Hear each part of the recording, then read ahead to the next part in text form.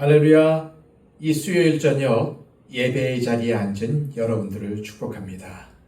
오늘도 이 예배를 통해서 하나님의 선하신 뜻을 깊이 깨닫는 귀한 시간이 되시기를 소망합니다. 기도하겠습니다. 아버지 하나님, 하나님의 장중에 우리를 붙들어 주시고 오늘도 무사히 우리를 보호하셨다가 이 예배의 자리로 인도하여 주심을 감사합니다. 하나님, 겸손히 주님 앞에 엎드립니다. 무릎 꿇습니다. 오늘도 이 예배 중에 우리 가운데 임재하옵소서. 우리에게 하나님의 귀하신 뜻을 알려주시고 또한 우리에게 하나님의 뜻에 복종하며 그 뜻을 따라 순종하려는 마음을 더하여 주시옵소서. 이 예배의 시간이 복된 시간이 되기를 원합니다. 하나님의 뜻을 발견하는 시간 되기를 원합니다. 겸손히 주님 앞에 엎드리는 시간 되기를 원합니다. 하나님, 이 예배를 통해서 우리에게 임재하여 주시고 우리가 나아갈 바를 알려 주옵소서. 예수 그리스도의 이름으로 기도하옵나이다. 아멘. 다 함께 찬송가 400장 찬양 드립니다.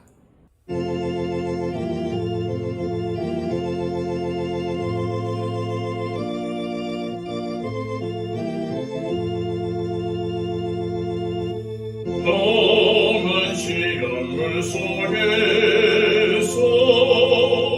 나를 건져주시고 모든 풍랑 지나도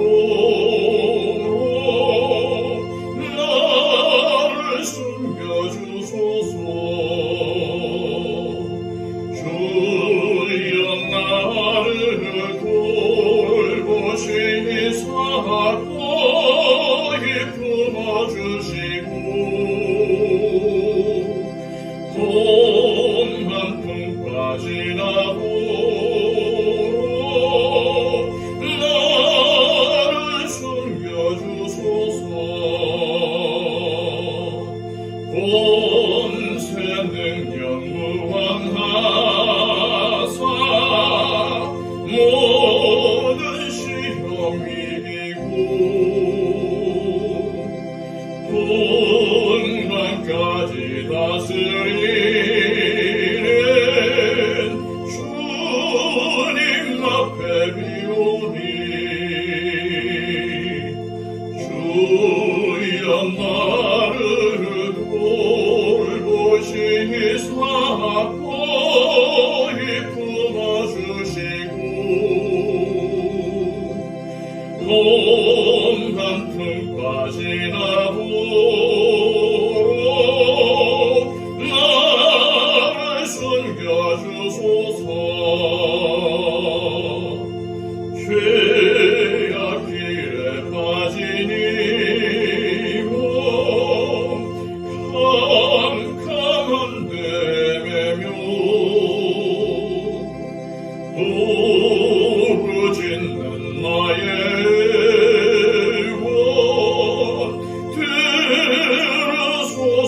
내 주여. 주여 나를 돌보시니 사고이 품어주시고 돈 한 푼까지 나도 나를 숨겨주소서.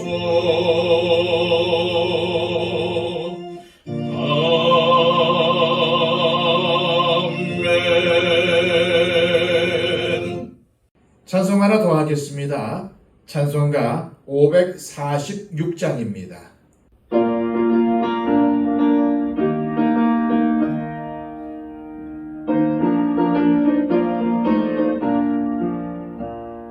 주님 약속하신 말씀 위에서 영원토록 주를 찬송하리라. 소리 높여 주께 영광 돌리며 약속 믿고 굳게 서리라. 굳게 서리 영원하신 말씀 위에 곧게 서리 곧게 서리 그 말씀 위에 굳게 서리라 주님 약속하신 말씀 위에서 세상 염려 내게 엄습할 때에 용감하게 힘써 싸워 이기며 약속 믿고 굳게 서리라 굳게 서리 영원하신 말씀 위에 굳게 서리 굳게 서리 그 말씀 위에 굳게 서리라 주님 약속하신 말씀 위에서 영원하신 주의 사랑 힘입고 성령으로 힘써 싸워 이기며 약속 믿고 굳게 서리라 굳게 서리 영원하신 말씀 위에 굳게 서리 굳게 서리 그 말씀 위에 굳게 서리라 주님 약속하신 말씀 위에서 성령 인도하는 대로 행하며 주님 품에 항상 안식 얻으며 약속 믿고 굳게 서리라 굳게 서리 영원하신 말씀 위에 굳게 서리 굳게 서리 그 말씀 위에 굳게 서리라. 이 시간 우리에게 주시는 하나님의 귀한 말씀은 구약성경 사무엘하 15장 1절에서 18절까지의 말씀입니다. 구약성경 486쪽입니다. 그 후에 압살롬이 자기를 위하여 병거와 말들을 준비하고 호위병 50명을 그 앞에 세우니라.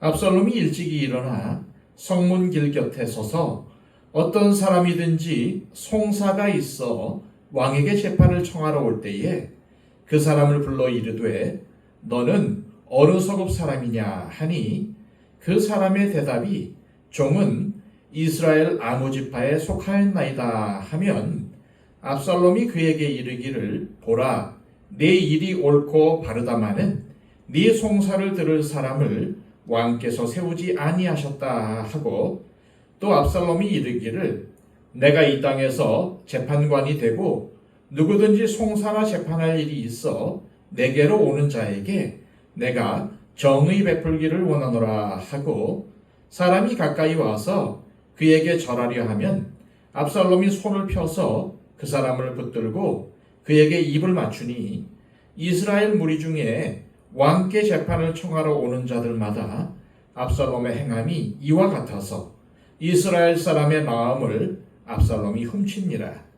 4년 만에 압살롬이 왕께 아뢰되 내가 여호와께 서원한 것이 있사오니 청하건대 내가 헤브론에 가서 그 서원을 이루게 하소서. 당신의 종이 아람 구슬에 있을 때에 서원하기를 만일 여호와께서 반드시 나를 예루살렘으로 돌아가게 하시면 내가 여호와를 섬기리이다 하였나이다. 왕이 그에게 이르되 평안히 가라 하니 그가 일어나 헤브론으로 가니라. 이에 압살롬이 정탐을 이스라엘 모든 지파 가운데에 두루 보내 이르기를 너희는 나팔 소리를 듣거든 곧 말하기를 압살롬이 헤브론에서 왕이 되었다 하라 하니라. 그때 청함을 받은 200명이 압살롬과 함께 예루살렘에서부터 헤브론으로 내려갔으니 그들은 압살롬이 꾸민 그 모든 일을 알지 못하고 그저 따라가기만 한 사람들이라. 제사 드릴 때에 압살롬이 사람을 보내 다윗의 모사 길로 사람 아히도벨을 그의 성읍 길로에서 청하여 온지라. 반역하는 일이 커감에 압살롬에게로 돌아오는 백성이 많아지니라. 전령이 다윗에게 와서 말하되 이스라엘의 인심이 다 압살롬에게로 돌아갔나이다 한지라. 다윗이 예루살렘에 함께 있는 그의 모든 신하들에게 이르되 일어나 도망하자. 그렇지 아니하면 우리 중 한 사람도 압살롬에게서 피하지 못하리라. 빨리 가자. 두렵건대 그가 우리를 급히 따라와 우리를 해하고 칼날로 성읍을 칠까 하노라. 왕의 신하들이 왕께 이르되 우리 주 왕께서 하고자 하시는 대로 우리가 행하리이다. 보소서 당신의 종들이니이다 하더라. 왕이 나갈 때에 그의 가족을 다 따르게 하고 후궁 10명을 왕이 남겨두어 왕궁을 지키게 하니라. 왕이 나가매 모든 백성이 다 따라서 벤메르하게 이르러 멈추어서니 그의 모든 신하들이 그의 곁으로 지나가고 모든 그렛 사람과 모든 블렛 사람과 및 왕을 따라 가드에서 온 모든 가드 사람 600명이 왕 앞으로 행진하니라. 아멘. 우리 하나님은 사랑의 하나님이십니다. 그리고 이러한 하나님의 사랑에는 못 미치지만 그래도 가장 비슷한 사랑이 자녀를 향한 부모의 사랑입니다. 그 중에도 아버지의 사랑보다는 어머니의 사랑이 더욱 그런 것 같습니다. 직접 산고를 겪으며 자식을 낳았기 때문입니다. 하지만 자녀가 부모의 은혜를 원수로 갚을 때, 자녀가 부모에게 분노하며 칼을 들이댈 때 세상에 그런 불효가 어디 있겠습니까? 물론 그 반대도 마찬가지입니다. 마땅히 사랑을 주어야 할 부모가 자식을 때리거나 죽이는 일도 많이 벌어지는 것을 보며 큰 안타까움을 느낍니다. 하나님의 마음에 맞는 사람이며 늘 하나님을 찾는 사람이었던 다윗은 인생의 황금기인 20대에 장인인 사울 왕이 무서운 질투와 광기로 자기를 죽이려고 쫓아다녔기 때문에 정말 많은 고생을 했습니다. 그렇게 혹독하고 힘들었던 시절이 끝나고 이제는 왕이 되어서 편안하게 살 수 있게 되었는데 바로 그때 그는 하나님 앞에 큰 죄악을 범했고 이제는 사랑하는 아들인 압살롬에게 반역을 당하게 됩니다. 오늘 본문 1절은 그 후에 라는 말로 시작을 하는데 이는 다윗이 아들 압살롬과 대면하여 화해한 이유를 말하는 것입니다.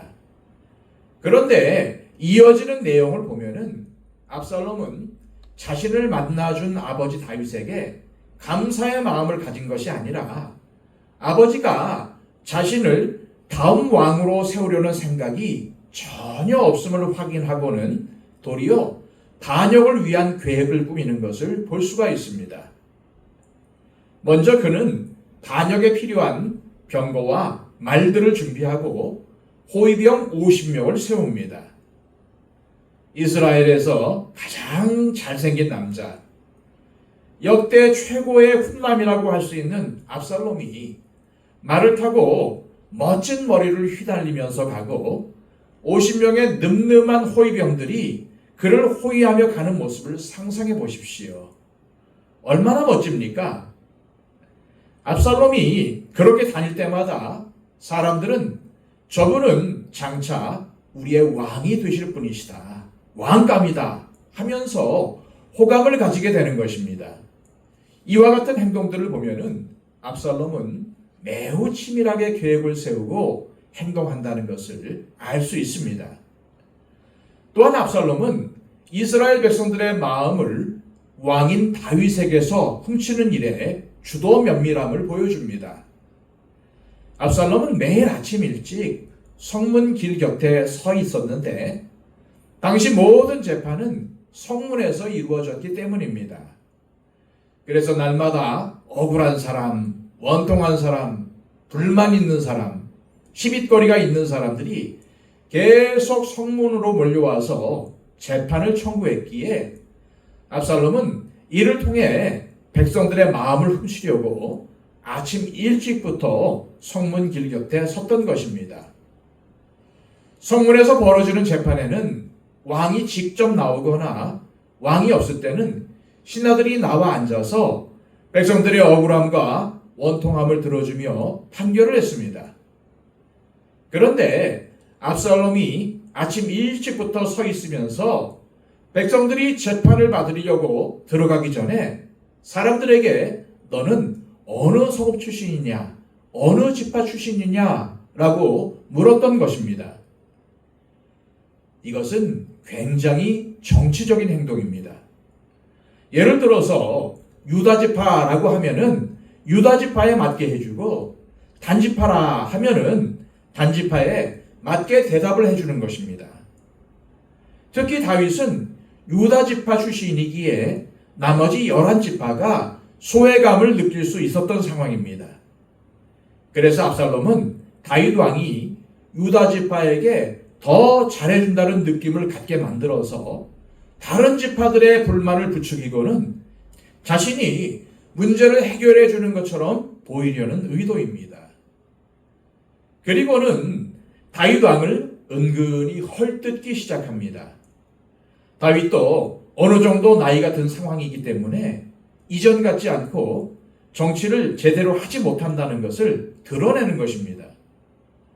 사실 다윗이 압살롬을 돌아오게 한 것은 하나님의 공의를 바로 세우기 위한 것이 아니라 아버지로서의 정에 이끌렸기 때문인데, 다윗은 압살롬을 불러놓고도 2년 동안 얼굴도 못 보게 하고 나중에 화해할 때도 적당히 형식적인 화해를 했습니다. 이에 불만을 가진 압살롬이 다윗과 백성들 사이의 틈을 파고드는 것입니다. 백성들은 이미 그동안 무슨 일이 있었는지를 다 알고 있었을 겁니다. 암논이 압살롬의 누이인 다말을 범했는데 다윗 왕이 아무 조치도 취하지 않았다. 그랬더니 압살롬이 암논을 죽이고 도망갔다. 나중에 다윗 왕이 압살롬을 돌아오게 했는데 아무 벌도 내리지 않고 조치를 취하지 않았다. 2년 만에 만났는데 얼굴만 잠깐 보고 다시 돌려보냈다더라 라고 백성들은 수군대고 있었을 것입니다. 이처럼 백성들의 마음이 다윗에게서 돌아서기 시작한 바로 그때 압살롬은 지략가로서 그 틈을 파고든 것입니다.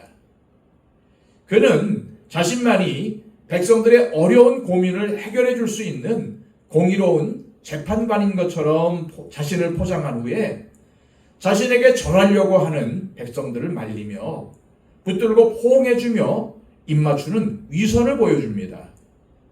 그런데 사람들이 그런 압살롬에게 넘어가는 것입니다. 압살롬은 백성들의 마음을 훔치기 위해서 위선적인 행동을 한 것인데 이스라엘 백성들은 어리석게도 압살롬의 그러한 계획을 전혀 알지 못하고 쉽게 압살롬에게 마음을 빼앗기게 되는 것입니다. 사실 압살롬이 백성들을 위하고 그들을 도와주는 것처럼 행동을 하지만 그의 속마음은 백성들을 이용해서 왕이 되려는 것이었습니다. 그런데 백성들은 그의 화려한 모습과 위선적인 행동만을 보았을 뿐 그의 속마음과 진심에 대해서는 별로 관심을 기울이지 않았습니다. 그래서 압살롬에게 쉽게 속아 넘어간 것입니다. 이처럼 세상은 사람의 외적인 것에 관심이 많습니다. 그래서 사람들을 속이려고 하는 자들은 자신의 경력을 과장하고 외모를 화려하게 꾸며서 지키지 못할 약속을 남발합니다. 따라서 우리에게는 영적 분별력이 반드시 필요한 것입니다. 이단에 미혹되는 사람들을 가만히 보면은 누가 봐도 이단이고 누가 들어도 말도 안 되는 이야기인데 넘어갑니다. 고학력이고 똑똑한 사람들도 많이 넘어갑니다. 결코 이들이 멍청해서 넘어가는 것이 아닙니다. 이것은 영적인 문제입니다. 영적으로 미혹이 되는 것입니다. 자신의 마음을 만져주고 자신의 아픈 것을 위로해주고 사랑이 필요한데 사랑해주니까 쉽게 넘어가는 것입니다. 이단들을 가만히 보면은 보통 교회들보다 훨씬 더 친절합니다. 사랑이 넘칩니다. 그래서 내가 다니는 교회 교인들보다 훨씬 낫네라고 느끼게 됩니다. 이처럼 이단들이 사람을 미혹할 때 보면은 너무 친절하고 그렇게 인격적인 사람들이 없습니다. 그러나 이단입니다. 많은 사람들이 그런 친절함과 사랑에 혹해서 넘어가는데 그래서 영적 분별력이 필요하다는 것입니다.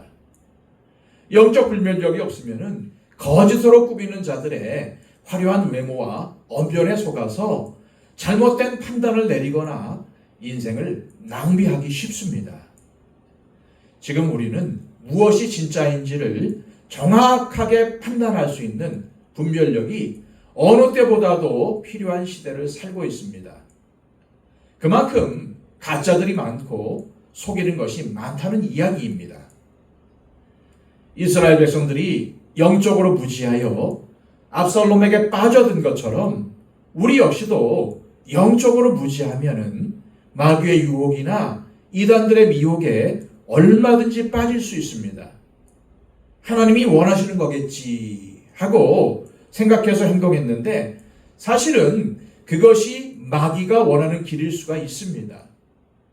그래서 영적 분별력이 정말 필요한 것입니다. 그러면 어떻게 해야 영적 분별력을 가질 수가 있을까요? 다른 길은 없습니다. 하나님과 친하게 지내는 것 외에는 없습니다. 하나님과의 교제에 충실하면 됩니다. 그래서 항상 기도하고 말씀을 읽고 묵상하며 예배의 자리를 사모하며 나와야 하는 것입니다.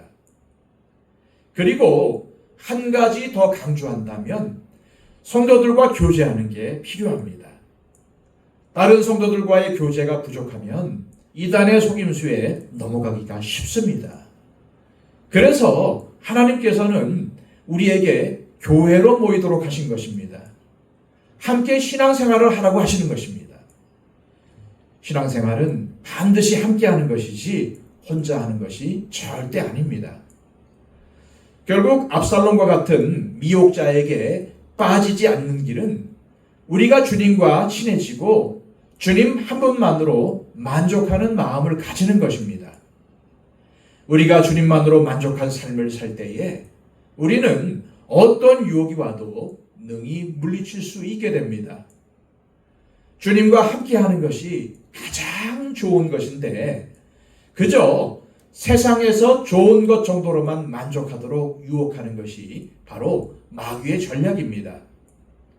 우리에게 있어 주님과 친해지고 주님과 함께하는 것을 방해하는 세상에 좋은 것이 무엇인지를 잘 살펴보시고 거기에 넘어가지 않는 영적 분별력을 기르시기를 바랍니다. 압살롬이 다윗과 화해한 지 4년이 지난 시점, 즉 압살롬이 예루살렘으로 돌아온 지 6년이 지난 시점에서 압살롬은 헤브론에 가서 하나님께 예배를 드리며 서원을 갚겠다고 말합니다. 자신이 구슬에서 3년 동안 망명 생활을 하는 동안 자기가 서원한 것이 있는데 헤브론에 가서 하나님 앞에 예배하며 서원을 갚겠다는 것입니다. 그러나 이는 새빨간 거짓말입니다. 율법에 따르면은 하나님 앞에 서원한 것이 있으면 즉시 지키게 되어 있습니다. 그런데 6년이나 지난 시점에서 서원을 지킨다는 것은 말도 안 되는 것입니다.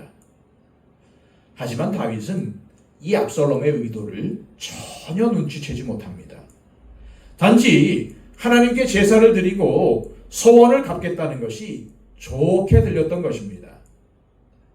이것을 볼 때 다윗이 죄를 범한 후 영적 분별력이 많이 떨어져 있다는 것을 알 수 있습니다. 그래서 압살롬을 전혀 의심하지 않습니다.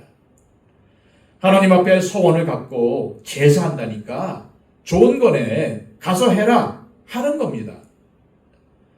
그러나 압살롬이 진짜 제사하며 서원을 갖기 위해서 가는 것입니까? 압살롬은 하나님을 진심으로 섬기는 사람이 아니었습니다. 그런 그가 자신의 반역을 위해 하나님까지 이용한다는 것을 알 수가 있습니다. 그런데 압살롬이 가려는 곳이 왜 하필 헤브론일까요?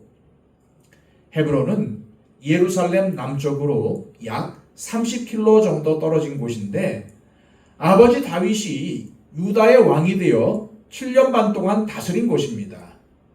그리고 압살롬 자신도 바로 거기서 태어났는데 그의 고향이라고 할 수 있습니다. 그러다가 다윗이 이스라엘 전체의 왕이 되면서 수도를 예루살렘으로 옮긴 겁니다. 이것을 헤브론 사람들의 입장에서 생각한다면 어떨까요? 다윗이 헤브론에서 통치하다가 수도를 예루살렘으로 옮겼습니다. 자기들이 왕으로 섬겼던 다윗이 이스라엘 전체의 왕이 되면서 수도도 옮기고 다른 곳으로 가버렸으니 분명히 섭섭한 마음들이 있었을 것입니다. 압살롬이 바로 그 틈을 노린 것입니다. 이처럼 압살롬은 아주 기가 막힌 사람입니다. 그런 것들을 잘 이용합니다. 선거철면 되면은 정치인들이 표를 조금이라도 더 얻으려고 지역 감정을 건드리면서 편가르기를 하는데 압살롬이 바로 헤브론 사람들의 지역 감정을 건드린 겁니다. 자신의 정치적인 야심을 위해서 사람들의 심리를 이용한 것입니다. 그런데 더 무서운 것은 하나님께 제사를 드리겠다, 서원을 갚겠다라고 하나님을 들먹이면서 종교를 이용한 것입니다. 그래서 압살롬이 참으로 무서운 사람인 겁니다. 자신의 욕심을 이루기 위해 정치를 이용하는 사람을 정치꾼이라고 합니다. 그런데 교회 안팎에도 예수님의 이름을 팔아서 자신의 사리사욕을 채우는 사람들이 있는데 이들을 뭐라고 불러야 할까요? 그런데 교회의 역사를 보면은 이런 사람들이 옛날부터 지금까지 꾸준히 있어 왔습니다. 그래서 우리는 이런 것을 분별할 수 있는 눈을 길러야 하는데 그것은 하나님과 친해지는 것, 즉 기도, 말씀, 예배, 교제 외에는 없습니다.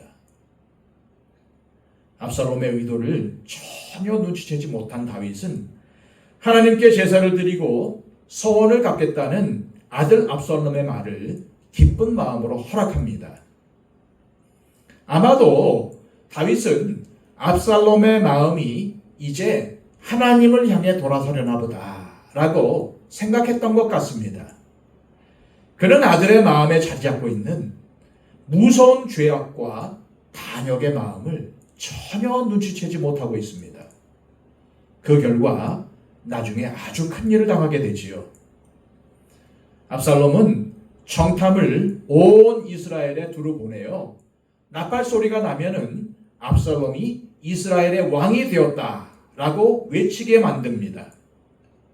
그는 또한 다윗 주변에 있었던 200명의 사람들을 초청했습니다. 그럼으로써 그들 역시 압살롬이 왕위에 오르는 것에 동조하는 듯한 인상을 주도록 만듭니다. 이처럼 압살롬은 굉장히 치밀하게 행동을 합니다. 초청받은 200명의 사람들은 압살롬의 계획을 전혀 알지 못한 채 헤브론으로 왔습니다. 아무것도 모른 채 압살롬의 계획에 동참하는 꼴이 된 것입니다. 이들은 아주 난처한 입장이 되었습니다. 떠나고 싶어도 떠날 수가 없습니다. 공개적으로 압살롬을 반대하면 죽임을 당할 수도 있기 때문입니다. 그렇다고 가만히 있자니 압살롬의 반역에 동참한 공범이 되는 것입니다. 무엇보다 이 200명을 압살롬이 왜 초대했겠습니까? 분명히 이들은 예루살렘의 유력 인사들이었을 것입니다. 헤브론 사람들이 보니까 예루살렘에서 압살롬과 함께 많은 사람들이 오는데 딱 봐도 옷을 잘 입고 멋진 사람들입니다.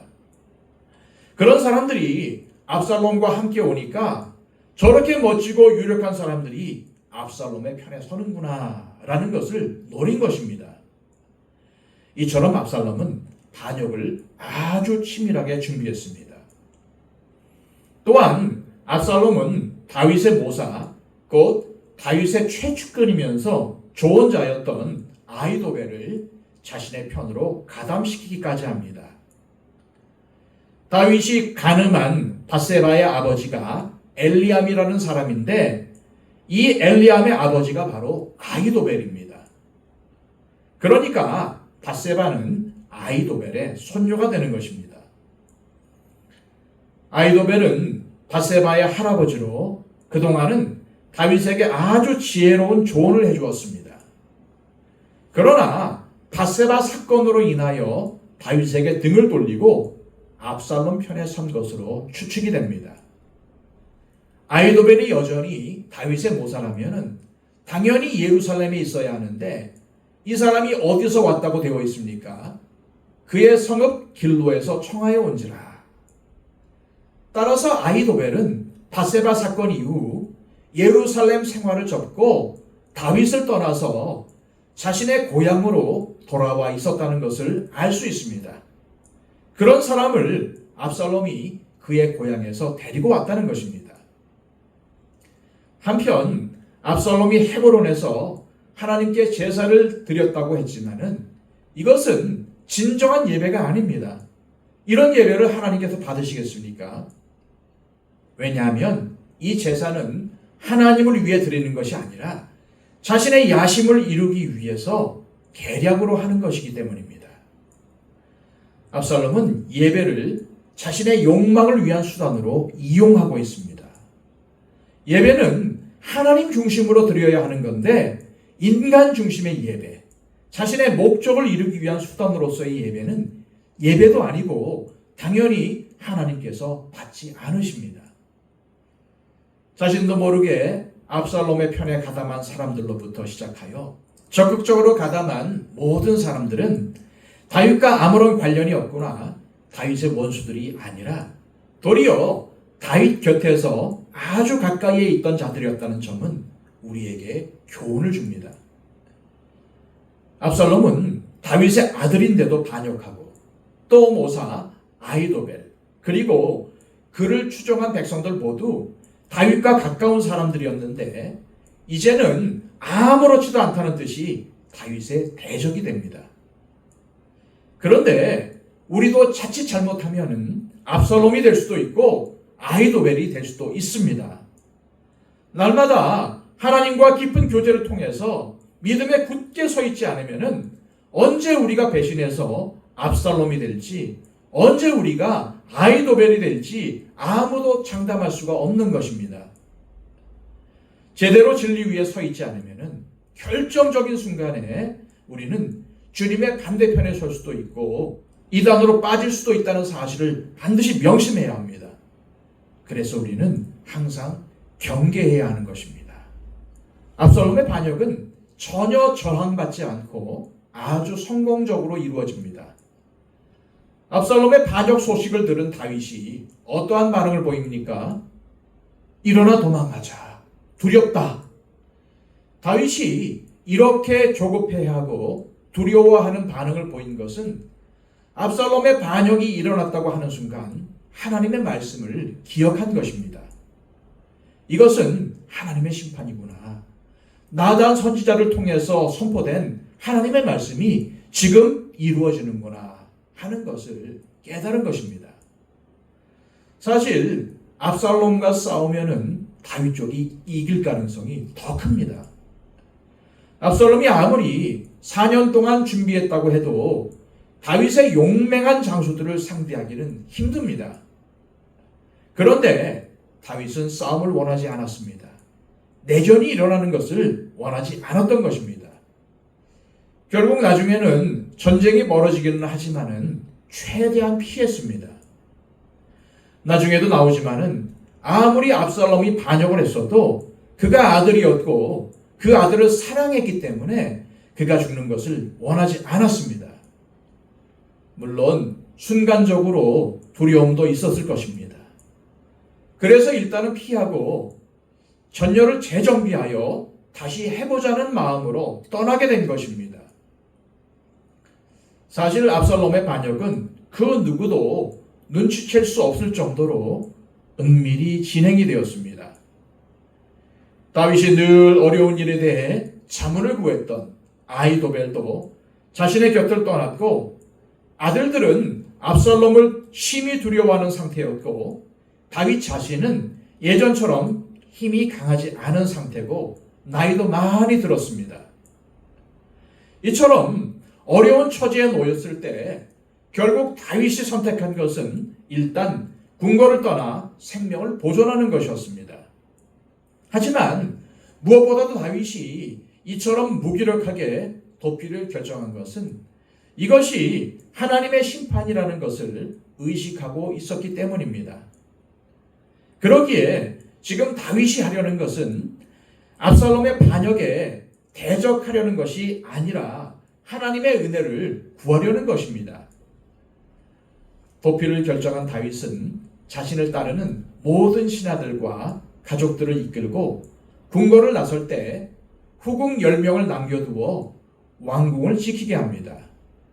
다시 예루살렘에 돌아올 것이라는 희망을 남겨둔 것입니다. 그러나 그의 이러한 결정은 나단이 선포한 말씀처럼 다윗이 아내들을 이웃에게 빼앗길 것이라는 예언의 성취를 가져오게 됩니다. 압살롬이 예루살렘을 점령한 후 아히도벨의 조언에 따라서 이 후궁들과 동침하여 자기가 다윗과 적대 관계라는 것을 공개적으로 보여주게 된 것입니다. 한편 다윗이 압살롬의 반역으로 인해 도피할 때 모든 사람이 다윗을 떠난 것은 아니라는 사실, 그의 곁에는 그를 사랑하고 따르는 신실한 신하들과 용사들이 여전히 남아있다는 것을 볼 수가 있습니다. 다윗을 따르는 사람들을 보면은 가족과 같이 지냈던 용사들도 있었고 또 놀랍게도 그렛 사람, 블렛 사람, 가드 사람도 있었습니다. 이들은 원래 다 블렛의 출신의 용병들입니다. 그런데 그들이 다윗의 편에 섭니다. 원래 적국인 블렛의 사람들인데 다윗의 편에 선 것을 보면은 다윗이 얼마나 훌륭한 인품을 지닌 사람이었는지를 잘 알 수가 있습니다. 압살롬은 외모로 보나 실력으로 보나 정말 뛰어난 사람이었습니다. 그런 그의 눈에 아버지 다윗은 밧세바와의 간음 사건을 통해서 도덕적으로 흠이 많은 지도자로 비쳤고 또 아버지가 수없이 많은 전쟁을 치르는 것을 보면서 나라면 더 부드럽게 할 텐데, 나라면 더 평화롭게 할 텐데, 나는 너그럽게 잘할 수 있을 텐데 라고 생각했을 것입니다. 하지만 다윗은 하나님이 기름을 부어 세우신 왕인데 그런 왕을 인간적인 방법으로 끌어내리는 것은 하나님의 뜻을 거역하는 것입니다. 이것을 잘 알았던 다윗은 자신을 죽이려고 쫓아다니는 사울을 죽일 능력과 기회도 있었지만은 계속 사울의 추격을 피하며 험한 광야 생활을 이어갔습니다. 반면 하나님이 허락하신 권위에 대한 반역은 그것을 허락하신 하나님께 대한 불신이고 도전인데 압살롬은 그것을 몰랐습니다. 왜 몰랐을까요? 자신이 너무 잘났다고 생각했기 때문이고 그래서 너무 자신만만했기 때문입니다. 자신이 강하고 잘났다고 생각하는 사람은 보이지 않는 하나님의 손길에 관심도 없고 하나님을 필요로 하지도 않습니다. 그런데 바로 그런 태도가 자기를 파멸로 이끌어 간다는 것을 모릅니다. 압살롬은 인간적으로 아주 뛰어난 자질을 가진 사람이었고 외모도 뛰어난 사람이었습니다. 역대 최고의 훈남이었다고 할 수 있습니다. 게다가 자신의 누이인 다말을 범한 암논에게 복수하기까지 2년이나 기다리며 준비할 정도로 자기 감정을 통제할 수 있는 절제력이 있었습니다. 그리고 오늘 본문에 나타난 것처럼 사람의 심리를 어떻게 이용하는지도 아는 심리전의 대가였습니다. 아침 일찍부터 성 곁에 서서 다윗 왕에게 재판받으러 오는 사람들을 하나씩 포섭하고 자신이 그들의 대변인이나 되는 것처럼 행동하여 그들의 마음을 얻었습니다. 또한 그는 치밀한 전략가이기도 합니다. 아버지 다윗이 처음 왕위에 오른 유다의 헤브론으로 가서 반란을 시작하므로 자기가 새 시대에 어울리는 왕이라는 메시지를 선포한 것입니다. 그리고 반란을 시작함과 동시에 12지파에게 사람을 보내어 이미 왕권이 압살롬에게 넘어간 것처럼 소문을 퍼뜨렸는데 요즘식으로 하면은 방송을 이용해서 고도의 심리전을 펼친 것입니다. 그뿐 아니라 아버지 다윗의 오른팔과도 같은 지략가 아히도벨을 자신의 편으로 끌어들였습니다. 인간적으로 생각하면은 이보다 더 완벽하고 치밀한 준비는 없을 정도였습니다. 인간적인 시각으로 볼 때에 성공할 가능성은 99%였습니다. 그러나 그는 왕이 되려는 과정이나 싸움하는 과정에서 단 한 번도 하나님의 뜻을 구한 적이 없습니다. 99% 성공할 가능성이 높은 쿠데타였지만은 나머지 1%를 하나님께서 건드리실 때 실패할 수밖에 없다는 것을 그는 알지 못했습니다. 왜냐하면 그의 안에는 자만으로 가득 차서 하나님이 계실 자리가 없었기 때문입니다. 바로 이것이 그의 아버지 다윗과 압살롬의 결정적인 차이였습니다. 이런 압살롬 주변에는 성공을 원하는 수많은 엘리트들이 몰려들게 되어 있습니다. 그러나 이것은 서로가 서로를 이용하는 것뿐이고 끝나면 다 흩어질 사람들입니다. 따라서 지금 내 주변에 어떠한 사람들이 있는지 점검할 필요가 있습니다. 똑똑한 사람과 잘난 사람들이 많습니까? 아니면 거룩한 사람들이 많습니까? 내 주변에 거룩한 사람이 많게 해달라는 것을 기도 제목으로 삼으시길 바랍니다. 그러나 다윗을 보십시오. 신하들과 용사들을 보십시오. 그들은 맞서 싸웁시다 라고 해야 할 텐데 왕이 원하시는 대로 하십시오. 우리는 따르겠습니다 하고 충성을 보입니다. 게다가 이방인인 블레셋 사람들까지도 충성하겠다고 하니 정말 놀라운 일이 아닙니까? 이는 다윗이 인간적인 처세술을 따른 사람이 아니라 믿음에서 나오는 영적 리더십으로 사람들을 이끈 사람이었기 때문입니다. 이제 압살롬의 세력은 아무도 무너뜨릴 수 없을 것처럼 아주 강대한 성처럼 보입니다. 자신이 승리할 것이라고 압살롬은 99% 자신했을 것입니다. 그러나 그는 알지 못했습니다. 아무리 1%의 불가능성이라도 하나님이 손대시면은 하루아침에 전세가 뒤집어질 수 있다는 것을 말입니다. 아무리 인간이 철저히 준비하고 쌓아 올려도 하나님이 그것을 원하시지 않으시면은 그대로 무너질 수밖에 없는 허무한 공동탑임을 그는 깨닫지 못했습니다. 이처럼 압살롬은 자기를 과대평가하다가 하나님을 과소평가했고 그러다 결국 무너지는 인생이 되고 말았습니다. 그러므로 지금 나는 무엇을 중요시하는가를 점검해 보셔야 합니다. 나는 정말로 하나님을 존중하며 두려워하고 있는가? 나는 정말로 하나님의 말씀을 존중하는가? 나는 정말로 예배를 존중하는가? 또 성도 간의 교제를 중요시하는가? 아니면 경시하는가?